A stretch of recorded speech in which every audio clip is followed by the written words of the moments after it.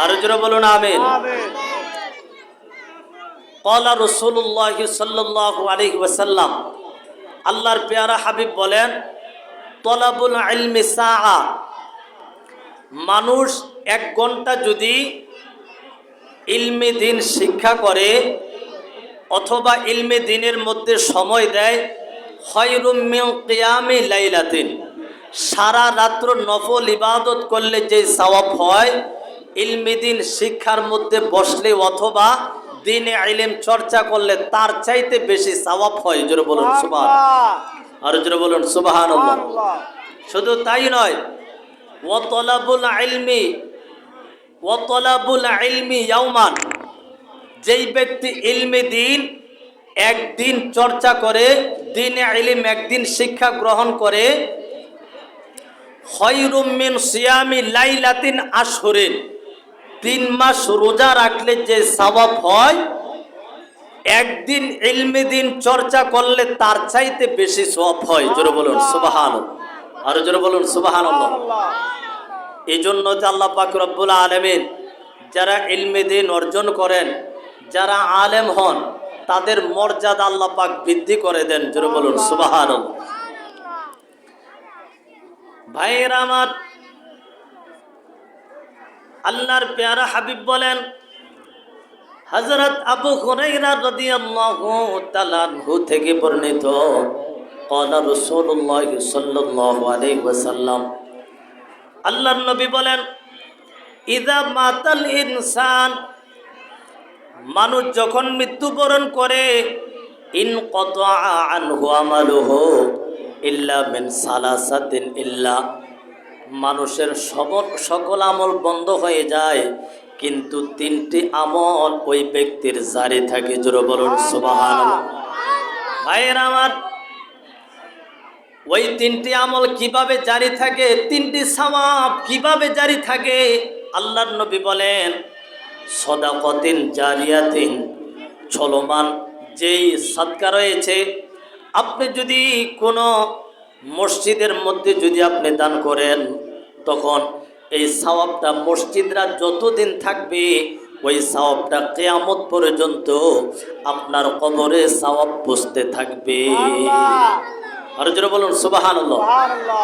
ভাইয়েরা আমার, শুধু তাই নয়, আও ইলমি ইউনতাফাউ বিহি, আল্লাহর নবী বলেন, কোনো ব্যক্তি যদি কোনো ব্যক্তিদেরকে, মানুষদেরকে ইলমে দিন শিক্ষা দিয়ে যায়, ওই ইলমে দিন শিক্ষা গ্রহণ করার পরে সে যদি আমল করে, অথবা কাউকে যদি ওই দিনটা যদি শিক্ষা দিয়ে যায়, ওই যেই ব্যক্তি যাহা আমল করবে, ওই সওয়াবটা তার কবরের মধ্যে কিয়ামত পর্যন্ত পৌঁছতে থাকবে। জোরে বলুন সুবহানাল্লাহ। শুধু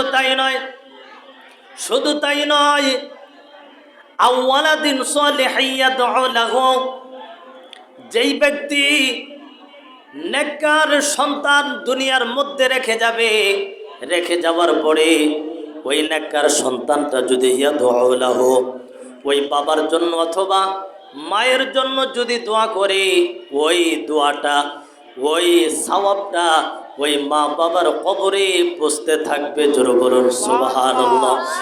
তোমাকে ডাকে যদি একবার আল্লাহ, আমাকে কাছে টানো বারবার, তোমাকে ডাকে যদি একবার আল্লাহ, আমাকে কাছে টানো বারবার।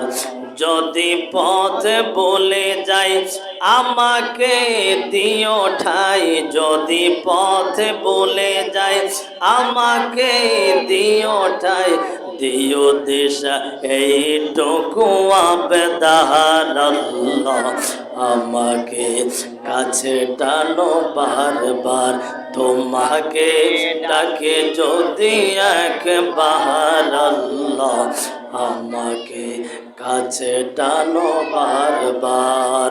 দুনিয়ার বুকে আমি এক মুসাফির, বনে যাই প্রতিদিন গুনাহের জাল।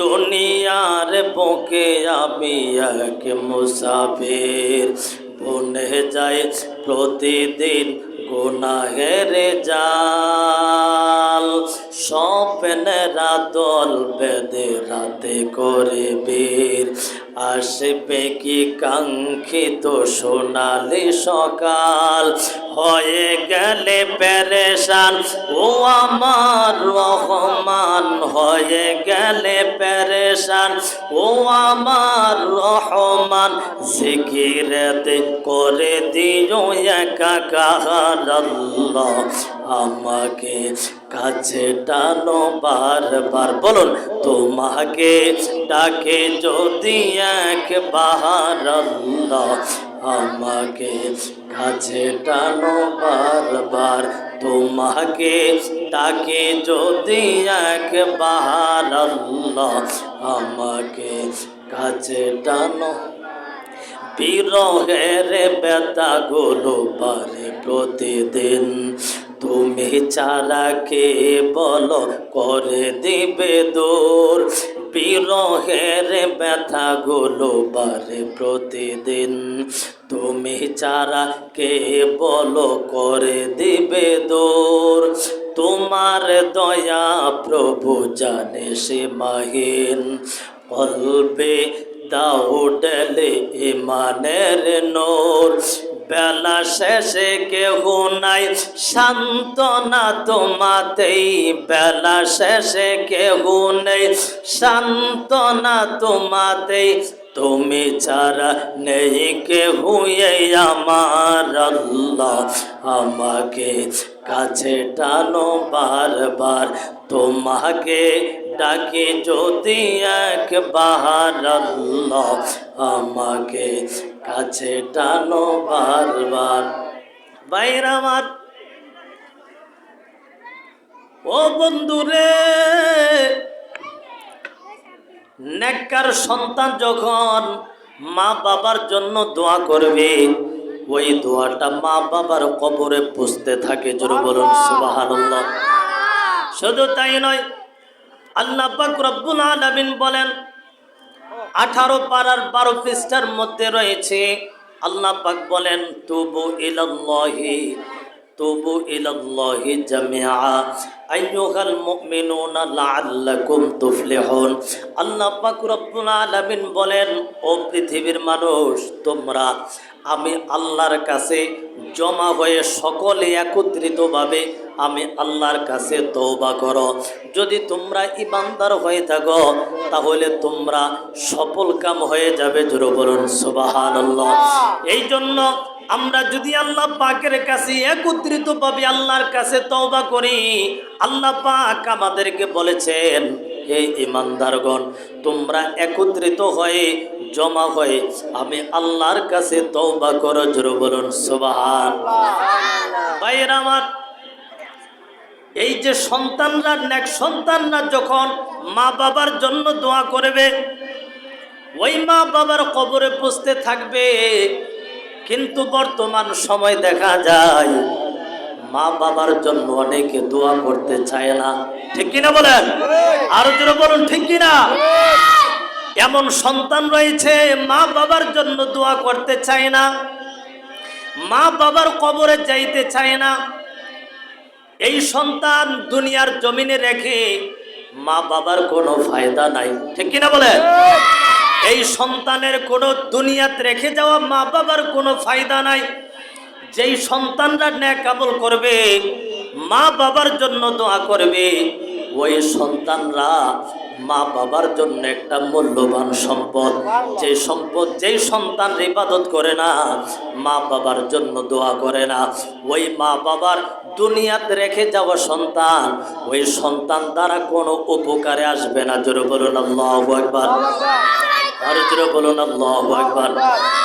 ভাইরা আমার, এই জন্য আমরা নেক আমল করে আমরা কবরের পাশে গিয়ে সদা সর্বদাই আমরা মা বাবার জন্য দোয়া করব। যেই মা বাবা সন্তানের প্রতি রাজি হয়ে যায়, সন্তানের প্রতি যে মা বাবা সন্তানের প্রতি ভালোবাসা থাকে, ওই মা বাবা যদি সন্তানের প্রতি রাজি হয়ে যায়, আল্লাহ পাক রব্বুল আলামিন ওই সন্তানকে আমার আল্লাহ জান্নাত দান করে দিবে। আরো জোরে বলুন সুবহানাল্লাহ। এই জন্য রে বাবা, দুনিয়া থাকাকালীন মা বাবার খেদমত করতে হবে। যখন মা বাবা কবরে যাবে, আমরা মা বাবার জন্য দোয়া করব। দুনিয়া থাকাকালীন মা বাবার খেদমত করব। মা বাবা যখন কবরে চলে যাবে, আমরা মা বাবার জন্য বেশি বেশি দোয়া করব, কবরের পার জিয়ারত করব। আমরা যদি এটা করতে পারি, তাহলে ওই মা বাবা সন্তানের প্রতি খুশি হবে, মা বাবা সন্তানের জন্য দোয়া করবে। তাহলে সন্তানের দুনিয়ার জমিনে মঙ্গল হবে, ভালো হবে। আমার আল্লাহ রব্বুল আলামিন ওই সন্তানকে কবুল করে নেবেন। জোরে বলুন সুবহানাল্লাহ। সালাতুন ইয়া রাসূলুল্লাহ, সালামুন ইয়া হাবিবাল্লাহ, আলাইকুম সালাতুন ইয়া রাসূলুল্লাহ, সালামুন ইয়া হাবিবাল্লাহ। আমরা আল্লাহর ওলিদেরকে ভালোবাসতে চাই কি চাই না? আওয়াজ করে বলুন, চাই কি চাই না? গাউসে পাক আব্দুল কাদের জিলানী রাহমাতুল্লাহ আলাইহি অনেক সম্মান কারামত রয়েছে। আল্লাহু আকবার বলেন। কিতাবের মধ্যে রয়েছে কারামত আউলিয়া ও হাক্কুন, ওলি আল্লাহদের কারামত সত্য। সুবহানাল্লাহ বলেন।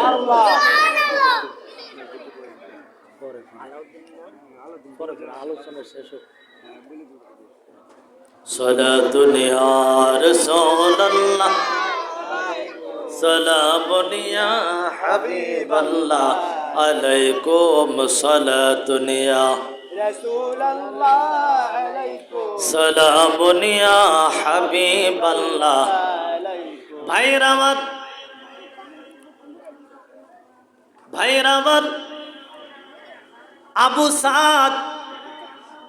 আবু সাদ তিনি একদিন ওনার মেয়ে যখন ঘরের ছাদের মধ্যে উঠলেন, ছাদের উপর ওঠার পরে তখন মেয়েটা হঠাৎ উধাও হয়ে গেল। আল্লাহু আকবার বলেন। ওই আবু সাদ রহমাতুল্লাহ আলাইহি তিনি বর্ণনা করেন, আমার সন্তান যখন, আবার মেয়ে ফাতেমা যখন ছাদ থেকে উধাও হয়ে গেল, আমি গাউসে পাকের দরবারে হাজির হয়ে গেলাম। আল্লাহু আকবার বলেন।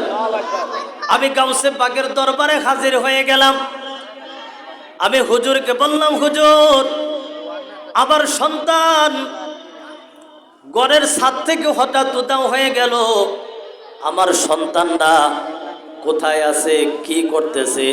আপনি আমার সন্তানটাকে আনার ব্যবস্থা করুন। জোরে বলুন সুবহানাল্লাহ। ওই হুজুরে গাউসে পাক রহমাতুল্লাহ আলাইহি বলেন, তুমি একটি করক নামক জায়গা, ওই জায়গাটির টিলার উপর উঠে তুমি কুণ্ডলি বেঁধে তুমি সেখানে থাকবে। আর সেখানে থাকার পরে অনেক জিনরা শেষ রাতে তোমার কাছে আসবে। আসার পরে তোমার কাছে জানতে চাইবে তুমি কেন এসেছ। তখন জিনদেরকে বলবে, জিনের বাদশা যিনি, ওনাকে বলবে আমার মেয়েটা আপনাদের জিন জাতিরা নিয়ে গেছে, এজন্য আমার মেয়ের খোঁজে আমি এখানে এসেছি। জোরে বলুন সুবহানাল্লাহ। তখন ওই আবু সাদ রহমাতুল্লাহ আলাইহি তিনি সেই কাজটা করলেন।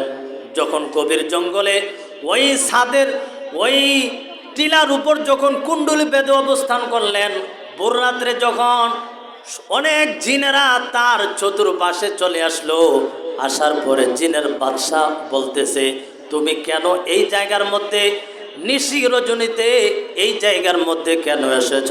তিনি বললেন, আমি এই জন্য এসেছি, গাউসে পাক রহমাতুল্লাহ আলাইহি আপনার কাছে আমাকে পাঠাইছে। এই কথা বলার সাথে সাথে ওই জিনদের বাদশা যিনি রয়েছেন তিনি সাথে সাথে গোড়া থেকে নেমে গেলেন। এবার তার সাথে যারা জিনরা রয়েছে তারাও নিচের মধ্যে বসে গেলেন। জোরে বলুন সুবহানাল্লাহ। আর জোরে বলুন সুবহানাল্লাহ। গাউসে পাকের দাম কম না বেশি? আর জোরে বলুন কম না বেশি? গাউসে পাকের নাম শোনা মাত্র ওই গোড়ার থেকে তিনি নেমে গেলেন, বসে গেলেন, সাথে সাথে অন্যান্য জিনারও বসে গেলেন। এবার বলতেছেন, আবার মেয়েকে আপনি খুঁজে বের করে দেওয়ার জন্য গাউসে পাক রহমাতুল্লাহ আলাইহি তিনি বলেছেন। এবার ওই জিনদের বাদশা তিনি বললেন, জিনদের বাদশা বললেন, এই মেয়েটিকে তোমরা কে নিয়েছ? খোঁজ করে এই মেয়েটি বের করে এনে দাও। তখন একটা জিন, যেই জিনটা এই মেয়েটিকে নিয়েছিল, তখন ওই মেয়েটাকে নিয়ে আসলো। জিনদের বাদশা বলল, ও জিনদের বাদশা বলল, হে জিন, তুমি কেন এই মেয়েটিকে নিয়েছ? তখন তিনি বললেন, মেয়েটির দিকে আমি তাকানোর পরে আমি আসক্ত হয়ে গেলাম, এই জন্য আমি মেয়েটিকে ধরে নিয়ে চলে গেছি। তখন জিনদের বাদশা বললেন, এই জিনটার গর্দান উড়িয়ে দাও। জোরে বলুন আল্লাহু আকবার, আর জোরে বলুন আল্লাহু আকবার। ভাইয়েরা আমার, এবার আবু সাদ রহমাতুল্লাহ আলাইহি তিনি জানতে চাইলেন, আপনি গাউসে পাককে এত ভালোবাসেন? আল্লাহু আকবার বলেন। তিনি বলেন, আমি কেনই বা ভালোবাসবো না, তিনি জামানার কুতুব, তিনাকে আমি অত্যন্ত ভালোবাসি। কারণ তিনি যখন জিন জাতির দিকে যখন দৃষ্টিপাত করেন, আমরা তখন থরথর করে কাঁপতে থাকি। আর শুধু তাই নয়, জামানার যিনি কুতুব হন, সারা পৃথিবীকে তার অধীনের মধ্যে চলে আসে। জোরে বলুন সুবহানাল্লাহ, আর জোরে বলুন আল্লাহু আকবার। ইয়া রাসূলুল্লাহ, জিন্দাবাদ জিন্দাবাদ, হুশিয়ার সাবধান। এই জন্য রাসূল পাক বলেন, মাল্লাহুল মাওলা ফালাহুল কুল, যেই ব্যক্তি মাওলার হয়ে যায়, সারা পৃথিবী তার অধীনে চলে আসে। জোরে বলুন সুবহানাল্লাহ। মুরিদ কাঁদে বহুদূরে ও গো জিলানী, মুরিদ কাঁদে বহুদূরে ও গো জিলানী, দিও মোরে ভালোবাসার নজর খানে, জিলানি দিও মোরে ভালোবাসার নজর খানে। মুরিদ কাঁদে বহুদূরে ও গো জিলানি, মুরিদ কাঁদে বহুদূরে লানি, দিও মোরে ভালোবাসার নজর খানে, জিলানি দিও মোরে ভালোবাসার। বাক্যের পেরে অনেক দূরে আমার বাড়ি, ঠিক না বলেন? বাক্যের পেরে অনেক দূরে আমার বাড়ি, একটুখানি দয়া চাই দাও দয়া খানি, একটুখানি দয়া চাই দাও দয়া খানি, দিও মোরে ভালোবাসার নজর খানে, জিলানি দিও মোরে ভালোবাসার নজর। মুর্শিদের উসিলাতে তোমাকে চিনি, বলো না, মুর্শিদের উসিলাতে তোমারে ওসিলায় পাবো নবী নূরানী, তোমারে ওসিলায় পাবো নবী নূরানী, দিও মোরে ভালোবাসার নজর খানে, জিলানি দিও মোরে ভালোবাসার নজর খানে। ভাইরা আমার, আব্দুল কাদের জিলানী রাহমাতুল্লাহ আলাইহির কাছে একজন যখন বায়াত গ্রহণ করলেন, ভারতের গুজরাট কাদিরিয়া তরিকায় যারা হক্কানি পীরের কাছে যারা বায়াত গ্রহণ করবে, তারা যেন গাউসে পাকের কাছে বায়াত গ্রহণ করলো। জোরে বলুন সুবহানাল্লাহ। ওই ভারতের গুজরাটে একজন গাউসে পাকের আশিক ছিলেন, মুরিদ ছিলেন। তিনি প্রত্যেক মাসে 11 শরীফ গুরুত্ব সহকারে তিনি পালন করতেন। আবার শুধু তাই নয়, তিনি আওলাদে রসুল যারা রয়েছে ছোট্ট ছোট্ট বাচ্চাদেরকে কাঁধে করে আরোহণ করাইতেন। এভাবে করে তাদেরকে খুব ভালোবাসতেন। আর প্রত্যেক মাসে 11 শরীফ যখন তিনি পালন করতেন, তিনি যখন হঠাৎ একদিন ইন্তেকাল করলেন, ইন্তেকাল করার পরে তিনাকে যখন গোসল করাইয়া যখন জানাজার মধ্যে নিয়ে গেলেন, নিয়ে যাওয়ার পরে যখন তিনাকে জানাজা দিবেন, এমন সময় তিনি হঠাৎ করে বসে গেল। আল্লাহু আকবার বলেন। আকবার। মানুষকে ডরাইব না? জি ডরাইবে কিনা? জি হঠাৎ করে যখন তিনি বসে বললেন, এবার মানুষ তো ভয়ে চতুর্দিকে যখন পালাইতে লাগলেন, এবার তিনি বললেন, হে আমার জানাজে অংশগ্রহী গাড়ির লোকেরা, তোমরা আমার কথা শুনে ভয়ে পালাইও না। তোমরা আমার একটা কথা শোনো, আমি কেন জীবিত হয়েছি। এই মুহূর্তে আব্দুল কাদের জিলানী রহমাতুল্লাহ আলাইহি আমার কাছে তাশরিফ এনেছে। আল্লাহ আরো জোরে বলুন সুবহানাল্লাহ। আল্লাহ আমার কাছে তাশরিফ এনেছে, আমাকে লাড়া দিয়ে বলল, হে বেটা, তুমি কেন তওবা ছাড়া তুমি কেন মৃত্যুবরণ করলে? তুমি কেন আমার মুরিদ হইয়া তুমি তওবা ছাড়া কেন মৃত্যুবরণ করলে? আল্লাহু আকবার। আল্লাহু আকবার। তুমি এখন তওবা করো, সকল গুনাহ থেকে তুমি তওবা করো, আর কালিমা শরীফ পাঠ করো, লা ইলাহা ইল্লাল্লাহু মুহাম্মাদুর রাসূলুল্লাহ সাল্লাল্লাহু আলাইহি ওয়াসাল্লাম। এই কথা বলার পরে আমি তখন বসে পড়লাম।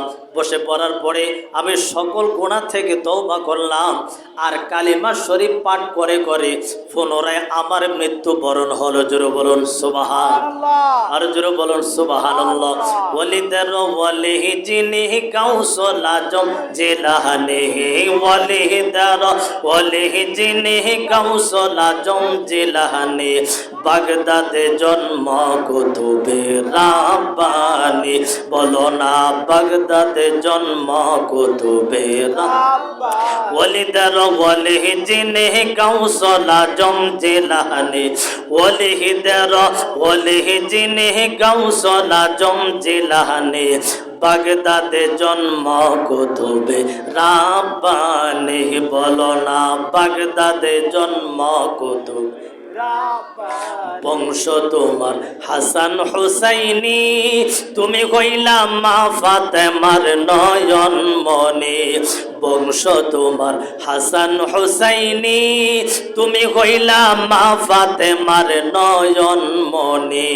দিদার দিয়ে ধন্য করো ও গো গাউসে সামদানি, দিদার দিয়ে ধন্য করো ও গো গাউসে সামদানি, বাগদাদে জন্ম কুতুবে রাব্বানি। বলো না, বাগদাদে ওয়ালিদার ওয়ালিহি জিনি গাউসুল আজম জিলানি, ওয়ালিদার ওয়ালিহি জিনি গাউসুল আজম জিলানি, বাগদাদে জন্ম কুতুবে রাব্বানি। বলো না, বাগদাদে জন্ম। তোমার কাঁধে নবীজির কদম, সবলের কাঁধে তুমি গাউসের কদম। তোমার কাঁধে নবীজির কদম, সবলের কাঁধে তুমি গাউসের কদম। একবার দিদার দাও তুমি ও গো গাউসে সামদানি, একবার দিদার দাও তুমি ও গো গাউসে সামদানি, বাগদাদে জন্ম কুতুবে রাব্বানি। বলো না, বাগদাদে জন্ম কুতুবে রাব্বানি। ভাইরা আমার, একবার আব্দুল কাদের জিলানী রহমাতুল্লাহ আলাইহি একজন খাদেম, তিনার নাম ছিল ওমর বাজ্জাজ। তিনি সব সময় আব্দুল কাদের জিলানী রহমাতুল্লাহ আলাইহির সাথে জুমার মসজিদে জুমার নামাজ পড়তে যাইতেন। জোরে বলুন সুবহানাল্লাহ। সব সময় আব্দুল কাদের জিলানী রাহমাতুল্লাহ আলাইহি যখন নামাজের মধ্যে যাইতেন, যাওয়ার পরে সব মুসল্লিরা, অনেক মুসল্লিরা তিনার সাথে হাত মিলানোর জন্য অনেকে ভিড় করতেন, অপেক্ষা করতেন। আল্লাহু আকবার বলেন। তিনি ওই ওমর বাজ্জাজ রাহমাতুল্লাহ আলাইহি বলেন,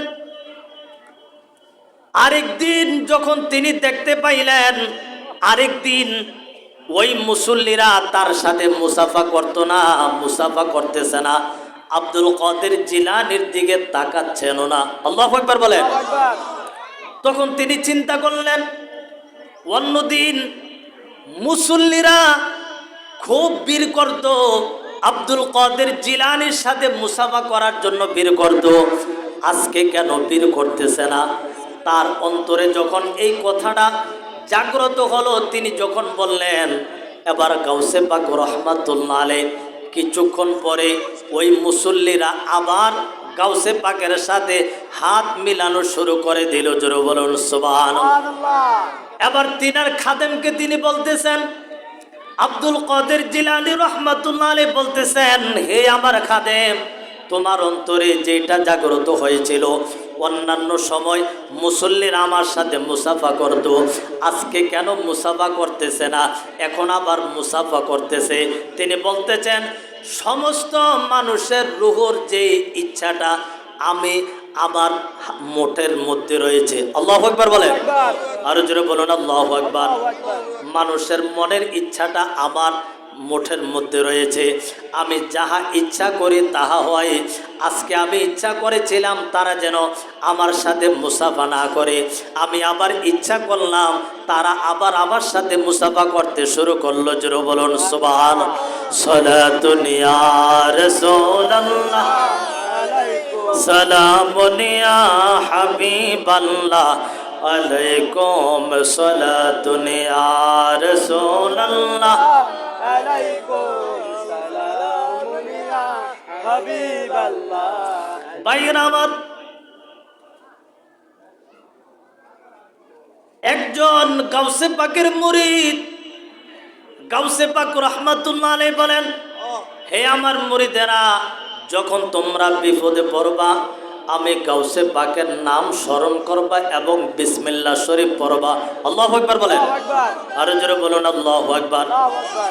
হে আমার মুরিদেরা, যখন তোমরা বিপদে পড়বা আমি গাউসে পাকের নাম স্মরণ করবা এবং বিসমিল্লাহ শরীফ পড়বা, তোমাদের বিপদ কেটে যাবে। আল্লাহু আকবার বলেন। আল্লাহু আকবার। ওই বিশর কুরজি রহমাতুল্লাহ আলাইহি তিনি বলেন, আমার 14টি উট ছিল, ওই উটের মধ্যে অনেক মাল ছিল, ব্যবসা বাণিজ্যর মাল ছিল।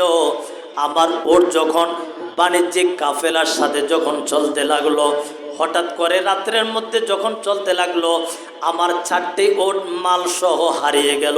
আল্লাহু আকবার বলেন। আল্লাহু আকবার। তিনি সারা রাত কি করলেন? এই উটগুলা তিনি খোঁজাখুঁজি করলেন, এই ঘোড়াগুলা যিনি নিয়ে যাচ্ছিলেন সে সহ এই ঘোড়াগুলা খোঁজ করতে লাগলেন। তখন কোথাও পাচ্ছিলেন না। হঠাৎ করে তিনার অন্তরে স্মরণ এসে গেল, আরে গাউসে পাক রহমাতুল্লাহ আলাইহি, আমার যিনি পীর সাহেব রয়েছেন তিনি তো বলেছেন যখন তোমরা বিপদে পড়বে আমাকে স্মরণ করবে এবং বিসমিল্লাহ শরীফ পড়বে। তখন তিনি কি করলেন? গাউসে পাক রহমাতুল্লাহ আলাইহিকে স্মরণ করলেন আর বললেন, আমাকে হে গাউসে পাক আমাকে বিপদ থেকে রক্ষা করুন। জোরে বলুন সুবহানাল্লাহ। আমার আল্লাহু আকবার। আল্লাহু আকবার। ইয়া রাসূলুল্লাহ। সুন্নাত ওয়াল জামাত জিন্দাবাদ জিন্দাবাদ। হাফেজ বাংলাদেশ কুরআন কাদি সাহেব জিন্দাবাদ জিন্দাবাদ। সাহাবাদের দরবার শরীফ জিন্দাবাদ জিন্দাবাদ। জালিয়া পাকের দরবার শরীফ জিন্দাবাদ জিন্দাবাদ। এবার কি হলো? এবার যখন গাউসে পাকের নাম স্মরণ করলেন এবং বিসমিল্লাহ শরীফ বললেন, পড়ার পরে তিনি পূর্ব দিকে দেখলেন, সাদা পোশাক পরিহিত অবস্থায় একজন মানুষ আমাকে ইশারা করতেছে তার কাছে যাবার জন্য। যখন তিনি ওই জায়গার মধ্যে গেলেন, যিনি সাদা কাপড় পরিহিত অবস্থায় রয়েছে তিনি হঠাৎ করে উধাও হয়ে গেলেন। এবার কি হলো? যে 4টি উট মাল সহ তিনি হারিয়েছিলেন আর সেখানে তিনি এগুলা পেয়ে গেলেন। জোরে বলুন সুবহানাল্লাহ। আর জোরে বলুন সুবহানাল্লাহ। ভাইরা আমার, এখন অনেকে বলবে, হুজুর আল্লাহ তো আমাদেরকে সাহায্য করে, আমরা কেন ওলি আল্লাহদের কাছে সাহায্য চাইব? এটা একটা প্রশ্ন হলো। প্রশ্নের উত্তর হলো, আল্লাহ পাক রব্বুল আলামিন 26 পারার মধ্যে বলেছেন, ইন তানসুরুল্লাহ ইয়ানসুরুকুম, তোমরা যদি আমার দ্বীনের সাহায্য করো তাহলে আমি তোমাদেরকে সাহায্য করব। সুবহানাল্লাহ বলেন, আর জোরে বলুন সুবহানাল্লাহ। তাহলে আল্লাহ বান্দাদের কাছে সাহায্য চাইলেন। আল্লাহু আকবার বলেন। এই কথা বলা যাবে না। আল্লাহ পাক সর্বময় ক্ষমতার মালিক, তারপরেও তিনি বান্দাদের কাছে বললেন, হে বান্দারা, তোমরা যদি আমার ধর্মের, আমার দ্বীনের ব্যাপারে তোমরা যদি সাহায্য করো, আমি আল্লাহ তোমাদেরকে সাহায্য করবো। জোরে বলুন সুবহান, আর জোরে বলুন সুবহানাল্লাহ। আল্লাহ মানুষদের কাছে দ্বীনের ব্যাপারে সাহায্য চেয়েছেন। সুবহানাল্লাহ বলেন। শুধু তাই নয় রে বাবা, আল্লাহ পাক রব্বুল আলামিন কোরআনে পাকের মধ্যে বলেন, ক্বালা ঈসা ইবনু মারইয়াম আল্লাহুম্মা ক্বালা ঈসা ইবনু মারইয়াম লিল হাওয়ারিজিনা মান আনসারি ইলাল্লাহ ক্বালাল হাওয়ারিজুনা নাহনু আনসারুল্লাহ।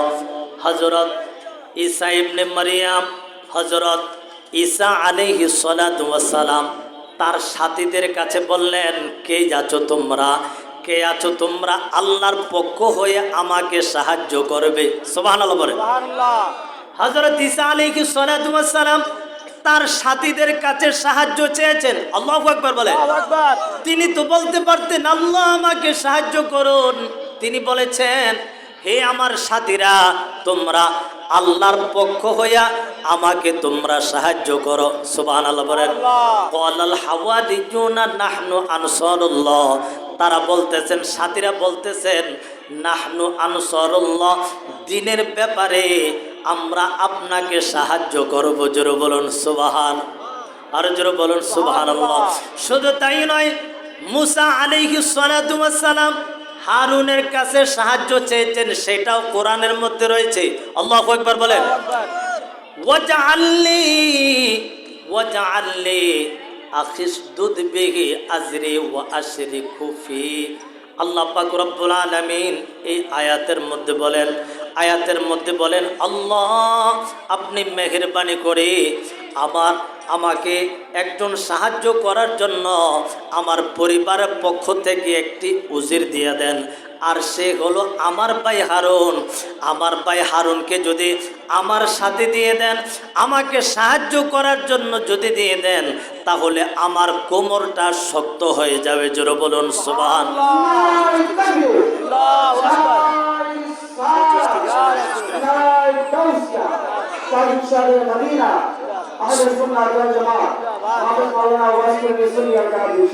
সালাতুন ইয়া রাসূলুল্লাহ, সালামুন ইয়া হাবিবাল্লাহ, আলাইকুম সালাতুন ইয়া রাসূলুল্লাহ, সালামুন ইয়া হাবিবাল্লাহ।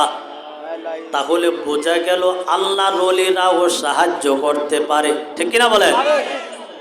সঙ্গী সাথীরাও সাহায্য করতে পারে। আল্লাহ যেহেতু নিজে বলেছেন, তোমরা আমার ধর্মের ব্যাপারে আমাকে সাহায্য করো, তাহলে আমি আল্লাহ তোমাদেরকে সাহায্য করব। জোরে বলুন সুবহানাল্লাহ। সালাতুন ইয়া রাসূলুল্লাহ, সালামুন ইয়া হাবিবাল্লাহ, আলাইকুম সালাতুন ইয়া রাসূলুল্লাহ, সালামুন ইয়া হাবিবাল্লাহ। আমরা নবীকেও ভালোবাসি, ঠিক কিনা বলেন? আমরা আউলিয়া কেরামকেও ভালোবাসি, নবীকেও ভালোবাসি, ঠিক কিনা বলেন? আমরা নবীকেও ভালোবাসতে হবে, আউলিয়া কেরামকেও ভালোবাসতে হবে। সাহাবায়ে কেরাম নবীকে অত্যন্ত বেশি ভালোবেসেছেন। আল্লাহু আকবার বলেন। আল্লাহ তাআলা বলেন, ইন্না সা'য়াকুম লাশাত্তা। মানুষের কর্মটা দুই প্রকার হয়ে থাকে, একটা ভালো এবং মন্দ। সুবহানাল্লাহ বলেন। এই আয়াত আমার আল্লাহ কেন নাজিল করেছেন? আমার আল্লাহ কেন নাজিল করেছেন? ওমা ইবনে খালফের ক্রীতদাস ছিল বেলাল। বেলাল যখন ইসলাম গ্রহণ করেছেন, তখন উমাই ইবনে খালফ এটা সহ্য করতে পারল না। তিনি বলেন, হে বেলাল, তুমি আমার যেহেতু কৃতদাস, তুমি এই মুহাম্মদের ইসলাম গ্রহণ করতে পারবে না, মুহাম্মদকে ভালোবাসতে পারবে না, তুমি এই ধর্ম ত্যাগ করতে হবে, মুহাম্মদের ভালোবাসা ত্যাগ করতে হবে, যেহেতু তুমি আমার কৃতদাস। তখন বেলাল বললেন, আমার জান যাইতে রাজি, তারপরেও আমি যেই নবীর কলমা পড়ে মুসলমান হয়েছি, আমার জীবন যাইতে রাজি, তারপরেও আমের নবীর কলমা ছাড়তে রাজি হব না। আর জোরে বলুন সুবহানাল্লাহ। ভাইয়েরা আমার, এবার যখন উমাই ইবনে খালফ যখন বেলাল রাদিয়াল্লাহু তাআলা আনহুকে যখন কষ্ট দিতে লাগলেন, এবার কষ্ট দেওয়ার পরে তিনি যখন এভাবে কষ্ট দিতে লাগলেন, বুকের উপর পাথর চাপা দিলেন, উত্তপ্ত বালুর মধ্যে গড়াগড়ি খাওয়াইলেন, আরো অনেক কষ্ট দিলেন। এভাবে যখন আবু বকর রাদিয়াল্লাহু তাআলা আনহু যখন পাশ দিয়ে যাচ্ছিলেন, যাওয়ার পথে যখন এই অবস্থা দেখতে পাইল, ওই কাফের বেলালকে কষ্ট দিতেছে কৃতদাস হওয়ার জন্য, এবার তিনি কি করলেন, ওই উমাই ইবনে খালফ থেকে কিছু রূপার বিনিময়, একটা সবল গোলামের বিনিময় বেলাল রাদিয়াল্লাহু তাআলা আনহুকে ওই কাফের থেকে মুক্তি দিয়েছেন। জোরে বলুন সুবহানাল্লাহ। আর জোরে বলুন সুবহানাল্লাহ। এই জন্য আমার